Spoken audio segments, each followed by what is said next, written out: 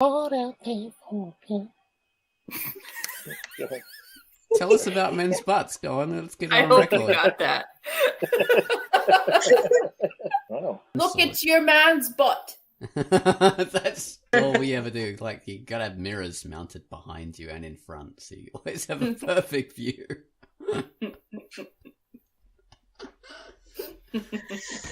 Good butt. I'm sure he has a magnificent furry pair of buttocks. I met Helmut. I don't know about Baines's. Sure, it's a very good Canadian butt. Yes. Bread on Canadian bacon and lumberjack honey and riding mooses across Syrup. the countryside. Coated in maple syrup. Oh no! All sorts of maple leaves stuck to it. Disgusting. Salute this flag.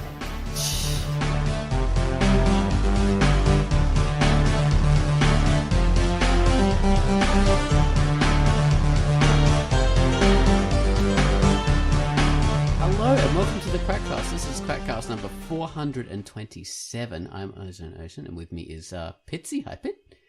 I love men's butts. And you can't lie. Tanserine. Oh, Hello. And Baines. Hello. Hello. And we're doing a QUACKCAST about men's butts. So this is the twin globes of buttocular glory. In this bit. No. Sorry, I'm going to have to betray you. We're not going to do that. We're talking about betrayal in this particular QUACKCAST. Betrayal in literature. And if we go through that topic and we run out of steam, then we'll talk about movement, which was Baines's news post from Thursday. And betrayal is Tance's news post from today, Saturday, when we are recording. and Oz's idea though. Yes. Initially, I had a dream about a betrayal, and I had to email Tance about it, saying, "Wow, I've had this dream. It's great. This could be a topic." Well, it's funny enough. I actually, in the dream, I was thinking, "Oh man, this would be a great topic for a QUACKCAST." See, this is how conscientious Oz is. He even dreams about that. He always on the job, always working. In my sleep, I'm working on it. But before we get into that, I've got to mention the featured comics. So I'm going to give you a review of The Way of the Waifu right now. Hello, I'm Ozone Ocean, and my feature for the week was Way of the Waifu.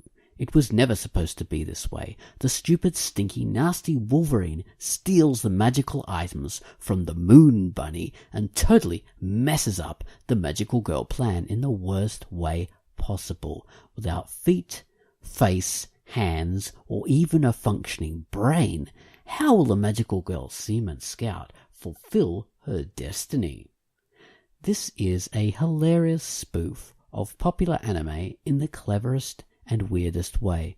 Expect cute, sexy schoolgirls, bunny girls, dragons, uncontrollable peeing, Sailor Moon, One Piece parodies, and even a Neon Genesis Evangelion. Bit of a parody in there. Blood and smashed faces. There's all sorts of things for all sorts of people. The art here is semi-realistic, well, semi-manga style, mostly black and white, with pretty colour covers, colour front cover, colour chapter covers. The story is totally parody, basically. It's comedy. There's a dash of horror, especially in the first story, where the Sailor Moon type character gets horribly injured, and the second story is quite hilarious. There's a lot of censored peeing in there. That's the best way to say it. Censored peeing. It's just insane, crazy, and fun because it's so crazy and off the wall. I found it hilarious. I hope you will too. Please give it a read. Way of the Waifu. It's by Jeremy Ray, and it's rated T. That was our featured comic, The Way of the Waifu. Okay, after that we have the featured music. Gun Wallace has given us the theme to Through the Window. So this is flamenco, Latin, fast-stepping, toe-tapping, heel-stomping to the powerful rhythm that wants to get your body up and moving, swaying and spinning on the dance floor, shimmying with your partner, fast and intense. So take it away, Gun Wallace, with Through the Window.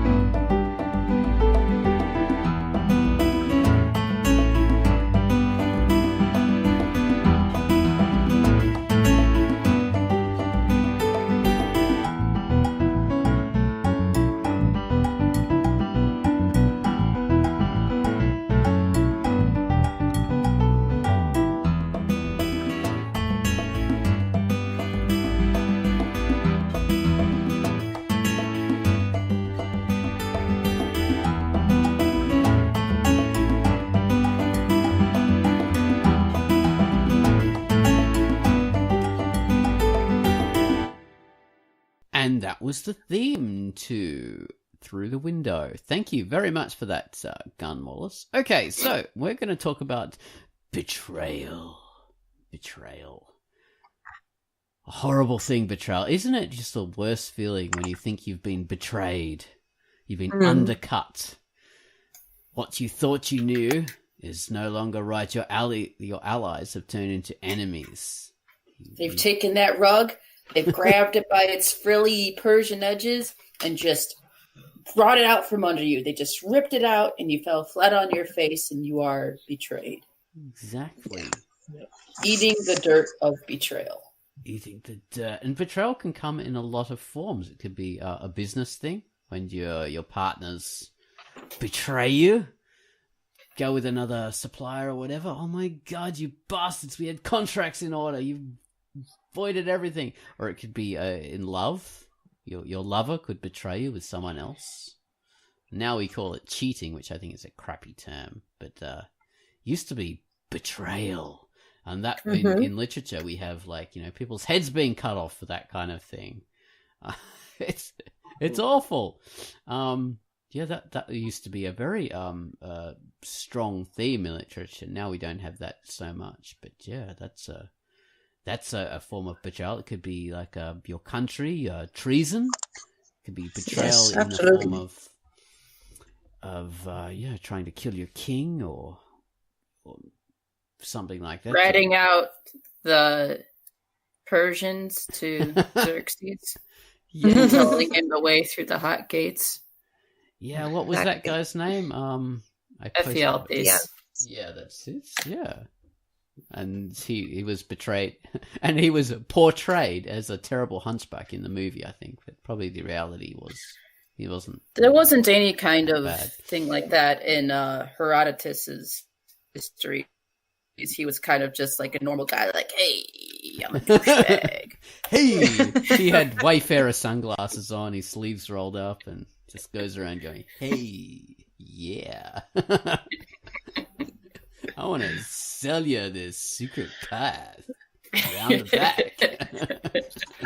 Baby! Slaps the hood of the, God, I can't think of anything now. Chariot? Yeah. Oh, jeez. Yeah, so betrayal can have a lot of forms. So, but in literature, one of the things like Tance you mentioned, it can be a big turning point in the story. But in order not to betray your audience, you have to build it up. Basically, you have what's the classic one that's recently been done? The Hail Hydra. So you have Captain America saying, yes, like, I've been a deep cover agent all this time for Hydra. Suck it, suck it, suck it.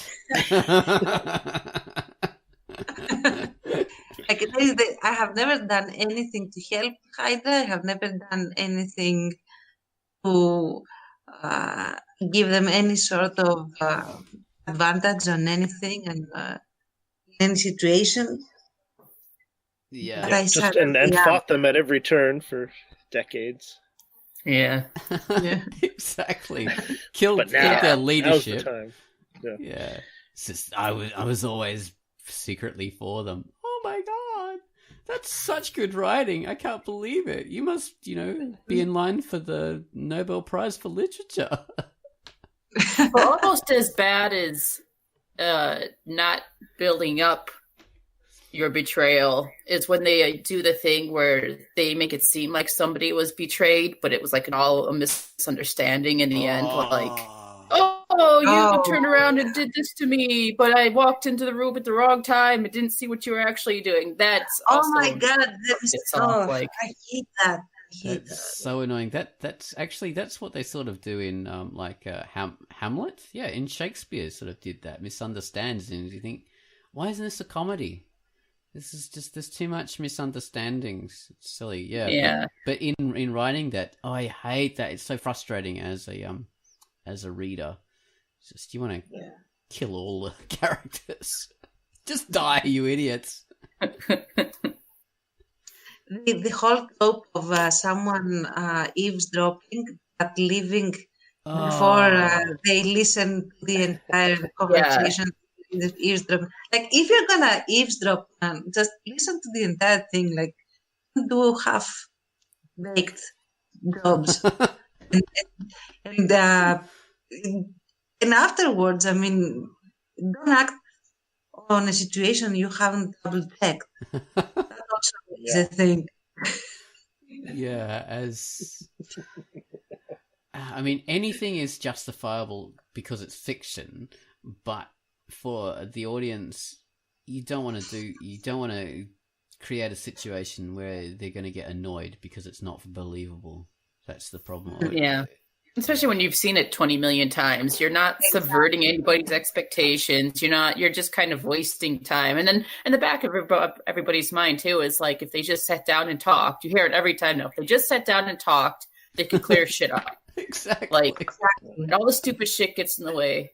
I was actually impressed. I spoiler alert for anybody who might plan on seeing it, but I saw the new Detective Pikachu movie, and there was one scene. I just on a whim one day I wanted to see it. I don't have to justify myself. Do you shut up? You don't. But on a whim, I decided to go see it, and I was quite impressed because it seemed like they were amping up to have the whole misunderstanding thing, like, oh, this happened, but then this happened, and then the main character was supposed to get mad at this other character, but it didn't go down that way. I was quite happy to see it was like the character who would have gotten mad at the other character instead was like, I know that's not what you're like. It's like, this isn't the answer to this problem. We're going to keep on looking for something because it didn't go down this way. So stop acting like a soppy little and let's go. Which is actually exactly what he said in the movie. So for Beta. Oh, who's doing the voice? That's also like the whole. I talk about something without actually saying what, like talking about with pronouns only, without saying exactly what you are referring to. So you have to people thinking about different things, but because they are not using nouns and they are simply saying this or that or whatever, they both understand different things. So you get misunderstanding on the misunderstanding. And things become even worse. Yeah. Everything gets confused, and it's even in comedy, that kind of thing is annoying. Well, it's overused in comedy, of course. Very, very, very overly used. But yeah, it's annoying. It's I don't like it. It's a trope that has had its day for a while. It needs a little bit of a rest, I'd say. Don't kill it for good. Just give it a rest and let it wake up when it's refreshed. And And don't use it with characters that are supposed to be smarter than that. yeah, That's the biggest thing. Like, they are supposed to be super intuitive, for example, or they are able to detect things like Sherlock Holmes, but they somehow become extremely obtuse when it comes to this particular misunderstanding that they are buying into, and they lose something like 50 IQ points in order to do that. Don't do that. exactly. Even for those, who actually would buy into that only. Yeah, you're meant to be a genius. Why are you under this misapprehension, you fool? But on the topic of real betrayal, what are some of your favorites in literature? Well, you've mentioned the Spartan one, which is pretty good. I mean, that's like you say, that's in Herodotus, that's in the movie 300. People have fictionalized that. That's become a pretty classic one. Well, I also like Boromir. It's been so long since I've seen the movies or read any of the books, but I liked Boromir as a character from The Lord of the Rings because ultimately how he starts to betray the others, because his reasoning for doing so is quite understandable. Like, he's out there, he wants to defend his people and stuff, and he starts considering, if they go on with the ring as they are, is it going to fall into enemy hands anyways? Is it better if he can just at least try to use it for good means? And anybody would be caught in that sort of situation. And I like seeing the way he deteriorates. And of course, when he ultimately goes down, it's a sad scene. It's a powerful scene because his descent was understandable. Mm-hmm. Yeah, and he was very, very true to his motives. Like, his motivation never changes, despite his behavior oscillating between, betraying for the ring, or then deciding that he was wrong. Again, his motivations remain the same. Yeah, which is very, very, very nice writing. Yeah, and because he dies. Spoiler alert. You feel he's played by Sean Bean. We know he does. but you feel so much more bad for him now because he reformed himself. Because he changed position. So you just think, oh my god, it's so much more of a loss, which that makes it really good writing. So yeah, I was thinking that you've got the other betrayal done in the different way in The Hobbit. Towards the ends, the dwarves all think Bilbo betrayed them in some way. I can't remember why, but and it's a misunderstanding. He didn't betray them, but they think he did, and that's done well in that instance because it's really meant to affect the reader and make them feel for him. So you just feel really, really bad for him when that happens because he didn't. But yeah, so that's an example of it done well. I haven't seen what they've done in the film with that. They probably did a really crap job because I saw the first film. It was terrible. They betrayed the audience with that film. And well, that's the thing. A lot of supervillains are born out of betrayal as well. I mean, look at all the Batman villains who have a chip on their shoulder because they feel that, they got the shit end of the stick, which isn't necessarily betrayal all the way. Well, Two-Face was betrayed. True. But I mean, it can be great background for creating villains and stuff. They don't all have to be, redeemable guys and stuff. It's fun when they're not. When it's like, all right, well, you fucked me over. The gloves are off now. Yeah, that makes it a more believable villain in some ways if it's done right. Because they've got something to like you say, a chip on their shoulder. They've got something to prove. Something to get back on everyone for.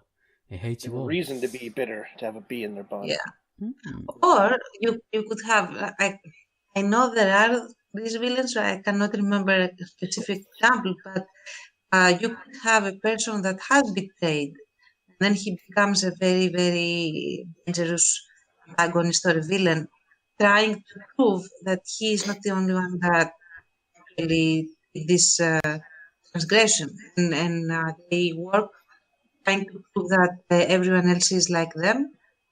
So their motivation is basically very roundabout justification that it's no, I did this because you would have done it in my position too. Mm. Sort of Yeah, Yeah. yeah. argument.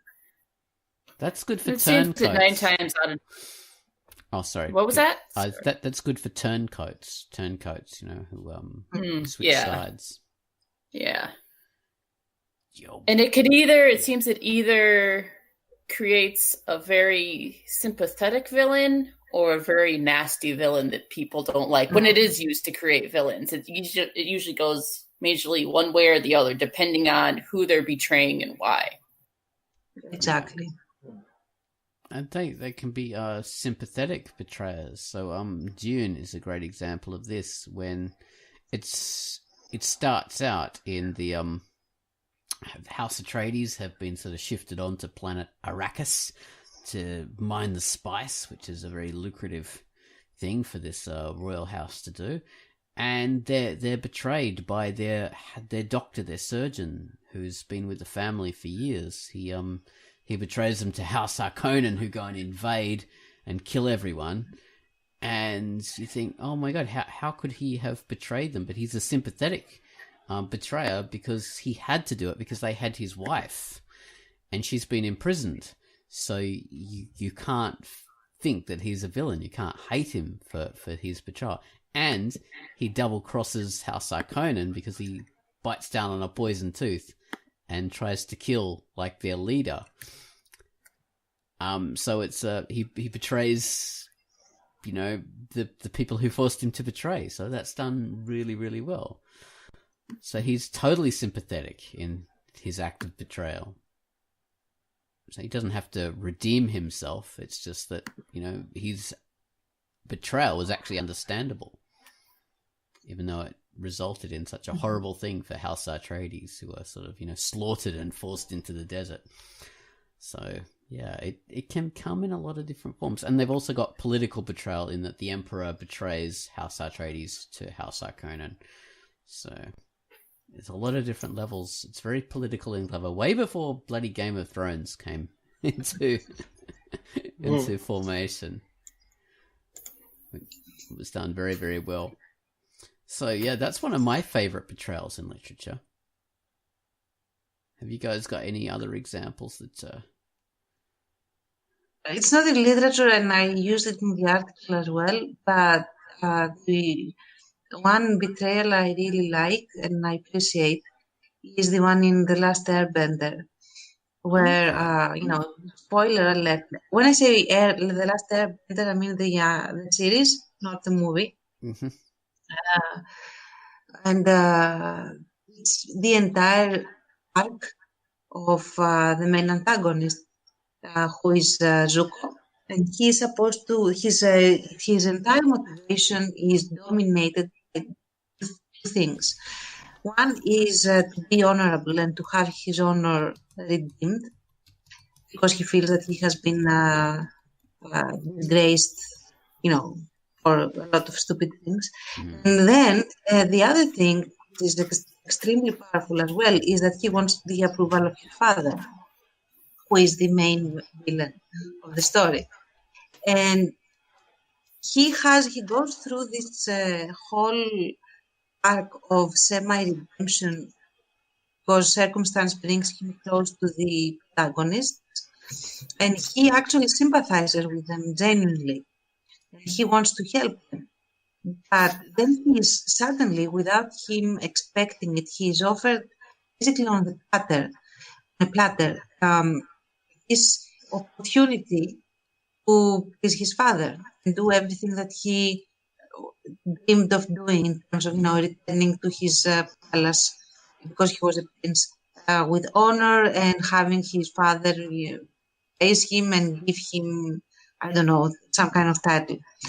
And he oscillates between, whether doing it or not is how he wants to proceed. In the end, he cannot resist it, and he betrays the protagonist. Okay.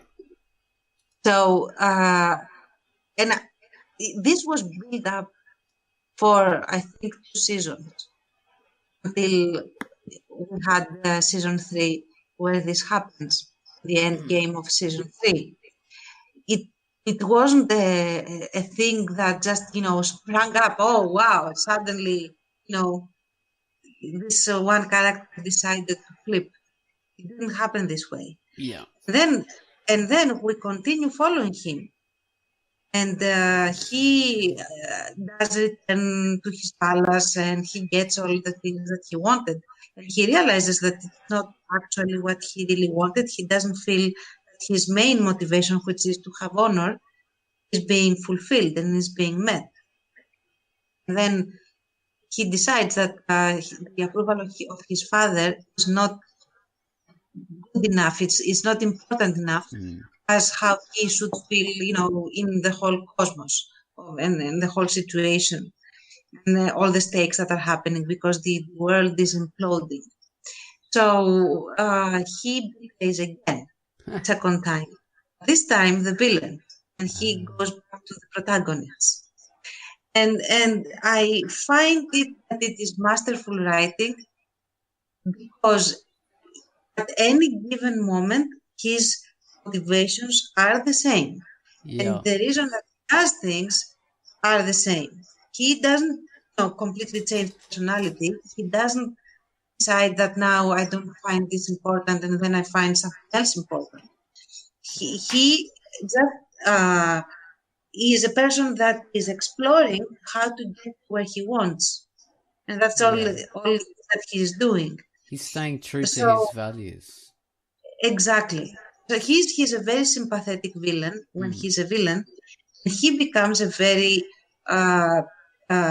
alluring and attractive hero when he finally commits to being completely with a hero. He has this amazing scene where he confronts his father, which is something that he would never originally do because he was terrified of his father. And he confronts him and he says, you know what, I was wrong in trying to get your approval for this, and these reasons because you are basically Hitler, magic Hitler.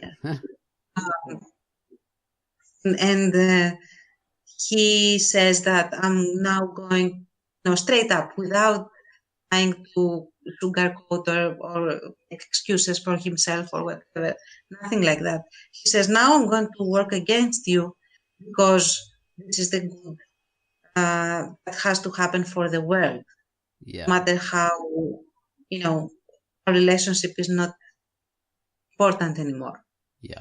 And it's super powerful and it is earned.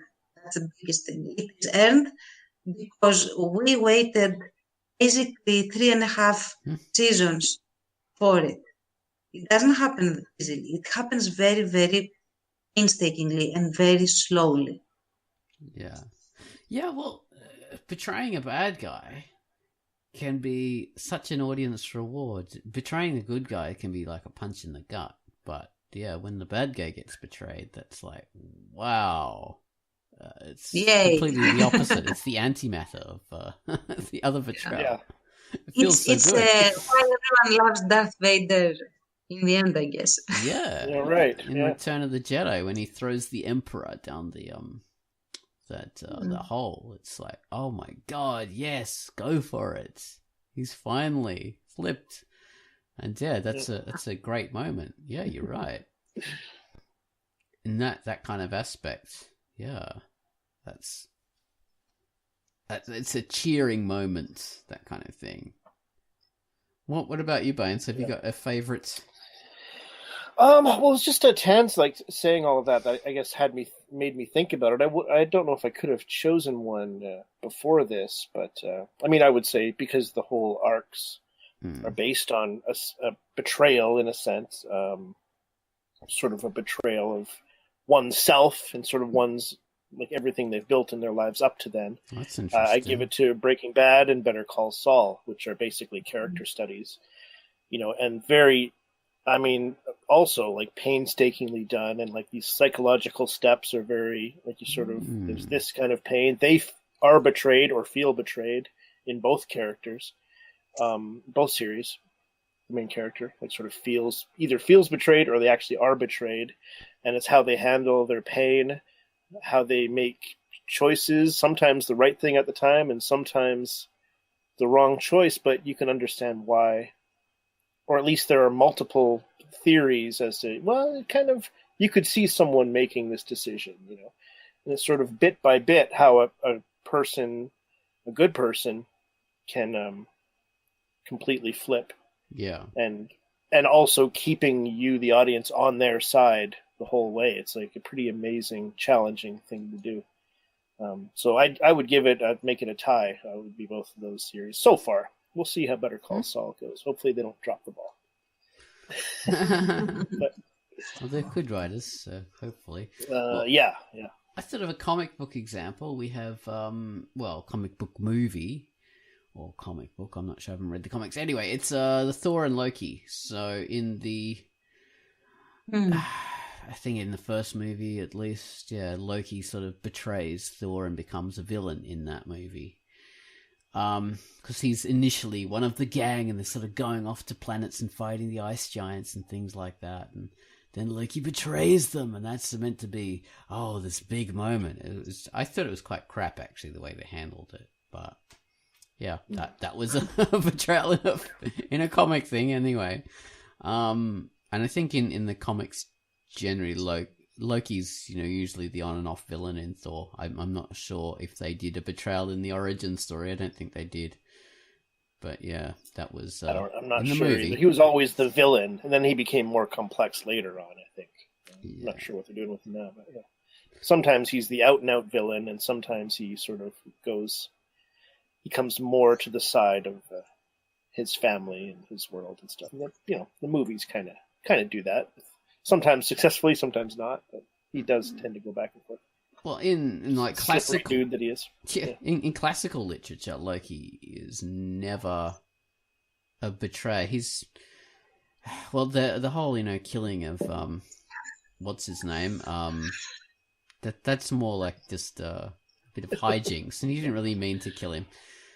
So yeah, there was that, and oh my god, when he actually turns bad, it's not really a betrayal. Like he's not really letting anyone down. It's more like just a betrayal of his sanity more than anything else. So yeah, in the stories, Loki's always a great friend and pal of Thor and Odin. So yeah, it's weird. I don't know why they changed that in the comics and the movie. But yeah, that's a bit off for topic. simplicity's sake, right? Yeah, I suppose. You need a villain. And he's an easy one to do. Yeah. God. There are very rare occasions. I'm trying to think. Like I have this idea in my mind from an old Greek movie, and I don't think I have seen it anywhere else in that sense. I remember, and it was a very dark movie. Like it was super black, and the type of movie you watch once and never again. Yeah. And it was about the occupation and about the cell of city resistance. That, of course, spoiler, I guess, nobody survives. Like 2 people out of 20 survive or something like that. And the biggest reason why is that one of them, who is actually a very sympathetic person, a very sincere person, is eventually caught. He is tortured so much that he breaks and he betrays them. And they basically go and rout the entire cell. And Then they also go back to this guy and they tell him that they did it because he was so good in giving them information. So in the end, he commits suicide because he cannot take it. He cannot take the Yeah. fact that everything went basically belly up because of him. And I think that is another type of betrayal I don't know if you could call it betrayal like 100% because it's coercion and it is forced with extreme duress. But it shows that it's the aftermath of what such a thing can do to a person when it is forced out of them. I don't know if I'm making sense right now. But usually they have like the motivations, people that volunteer betrayals. But there are also those that are forced, in a sense, to betray, and what happens to them as characters after that is very dramatic. At least it's you have a complete Yeah, there's guilt and all this kind of alignment. thing, Yeah, all and of that. all ramifications for their families and all those different connections. Well, you had betrayal, but it was in Without Moonlight, but it wasn't forced betrayal. It was Yeah. just a Well, that really was nasty. I wouldn't even say that it was a betrayal, even though the kids feel it was a betrayal because he was never actually an ally. He was a plant. That's a completely different thing. Well, he So was like an he ally never went. in the way they thought, and so they considered Yeah, that a betrayal, and so it was betrayal to them. So even yes, to though them it was he definitely didn't feel it was a betrayal. betrayal, Yeah. that was Well, the. Oh, go on. it did have like a strong um, ramifications. Yeah, very strong, and that was a very effective part of Without Moonlight. Very dramatic and affecting the audience who read it quite strongly. It's one of the darkest moments in the comic. Yeah. I used the sort of betrayal aspect in Pinky TA and early on, when Pinky's initial mission, she thinks she's blowing up a base or whatever that the enemy has, and in the end she just finds a whole bunch of women and children, and she realizes she's sort of been betrayed by her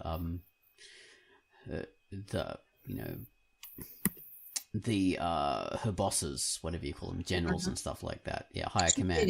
Yeah, superiors. Yeah. So, and at the time, I thought that was a strong kind of thing to do, but I was probably overly influenced by the anime that I've been watching, thinking that was I've been betrayed by my superiors, because anime always has that kind of theme in it.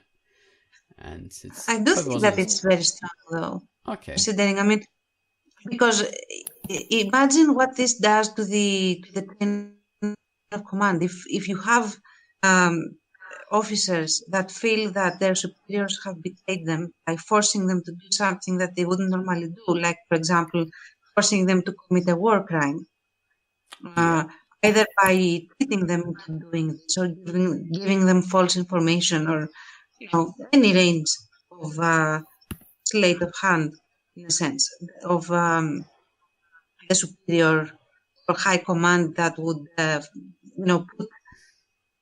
the field commanders in that sort of situation. Then how will you ensure in the future that these people are going to keep following orders in the first place? And maybe they even defect, or they desert, or you name it. Yeah, It is very powerful. On that theme, one of the classic movies about that kind of thing was Rambo, the initial Rambo, First Blood. So he's Vietnam vet, and he comes back to his country, the United States, and he's immediately arrested by the police, and he's basically betrayed by his country, and that's what the theme of the whole thing is. They're not looked after, the Vietnam vets, and at home he's not respected, and he's treated like scum.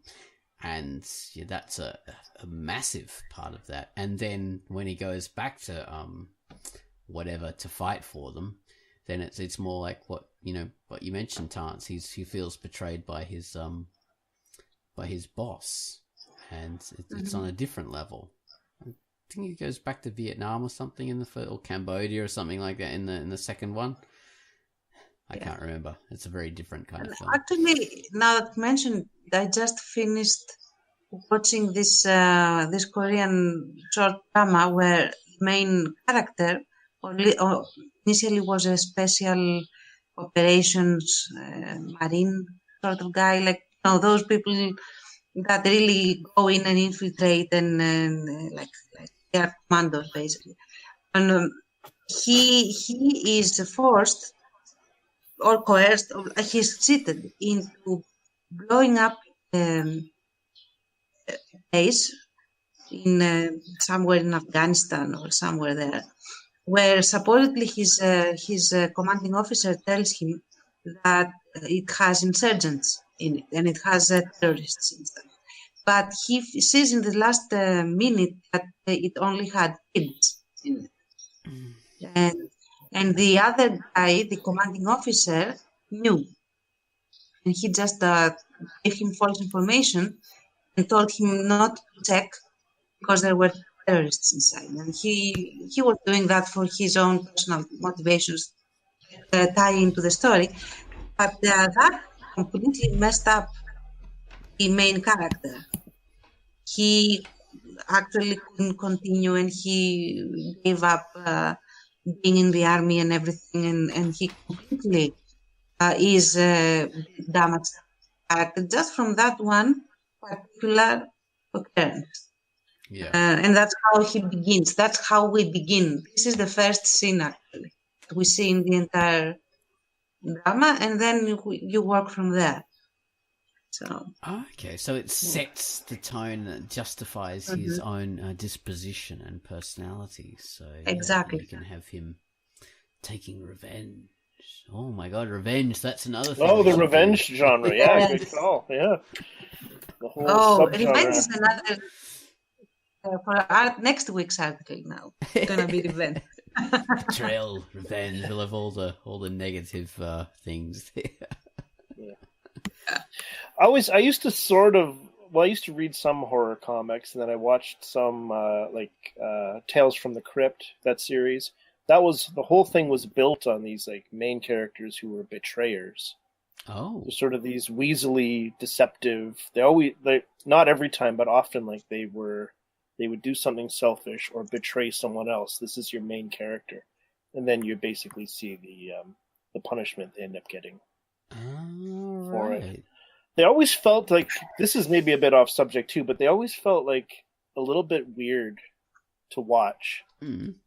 Like every episode, I'd always feel a little bit strange. I don't know, I guess the likability factor or like not being on the main character's side, really.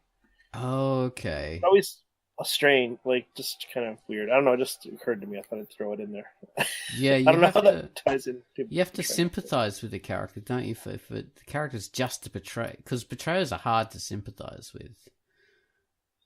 Yeah, unless you set it up, kind of carefully, and they never did. Like these were supposed to be kind of gray, like ambiguous, but kind of the first big decisions you see them make are usually like unlikable, betraying, doing something for selfish gain, hurting other people to that end. It's to write a good story. I think you should make a betrayer sympathetic in some way. Make their betrayal justified, at least to them, so the audience can sort of feel for them. I think so, yeah. Like some of them you do, like you see, I mean, kind of the reverse of what we started this thing talking about, where you see little indications that they're deceptive. This, you like sort of, they show little indications that this is a good person, or it's kind of, they create some sympathy. Yeah, like you said, some of them do, and those tend to be the better episodes. We'll say They still make a selfish move. Yeah. Well, like a movie like Scarface, the version with Al Pacino, fantastic movie, really good. So he gets big as a drug kingpin by betraying his way to the top. He Right. It's all through betrayal, but you still sympathize with him anyway. Even though he is a horrible character, a nasty piece of work, just an evil man, you still sympathize with him. Well, because you sympathize with him because he comes up from like the underdog kind of story, right? Yeah. And so he's basically somebody who's deceptive in a deceptive world.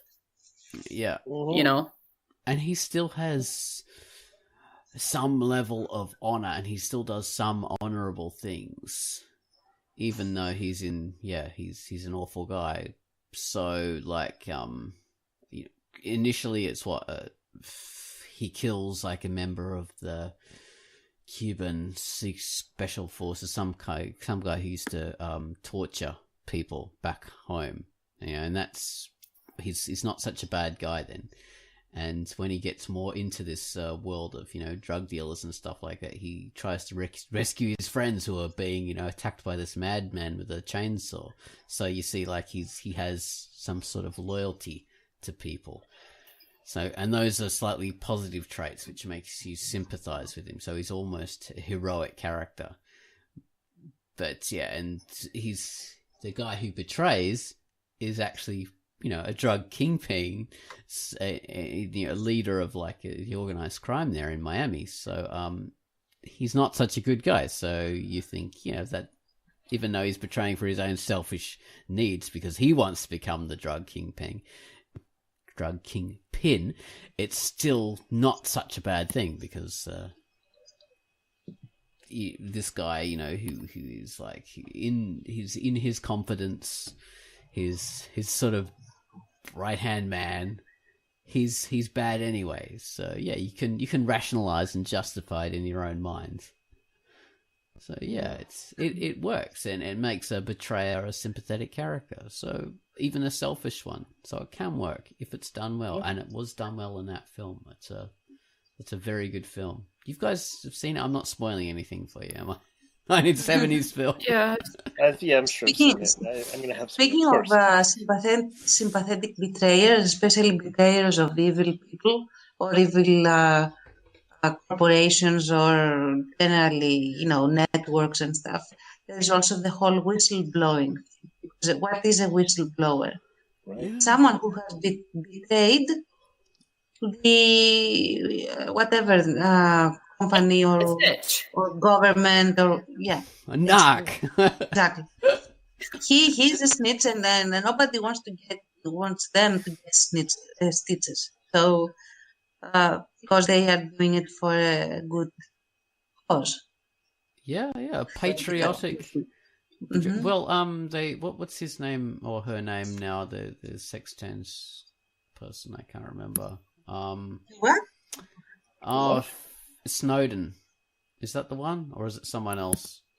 Assange. Yeah, well, it's him. No, Snowden, Assange, Chelsea yeah. Manning. Chelsea Manning, that's it. So Chelsea Manning was a member of the American military in some form, and she betrayed the institution which she was working for. Basically, Assange didn't, because Assange wasn't working for them to begin with, so he was always a chaotic free agent. But Chelsea betrayed it, but for not for kind of chaotic motives or to sow evil or whatever. It's because of a higher level of patriotism, because she thought that what the country was doing was evil, so she was being loyal to the country rather than to the government, pretty much. And that was her motive. So yeah, that's a sort of an honourable betrayal, which is interesting. And Snowden sort of as well. He was a contractor, I think. But yeah, Assange is very different. That's he was always a chaotic, neutral sort of thing. I suppose you'd have. I suppose you'd say he wasn't really betraying any particular country because he was always considering himself above that. But yeah, that's not literature, I suppose. But yeah, it's a good real example, isn't it? Fantastic. Yeah. Mhm. Yeah, it's Yeah. interesting. And it gives you those complex layers of motives and stuff like that. I love the idea that he has she, I suppose, has a higher loyalty, not to the government, but to the country. And you can take that in other ways as well. I mean, you have, people like preppers and all this, and extreme right-wing nationalists. They think they've got a higher level of loyalty to the country rather than to the government. But they don't.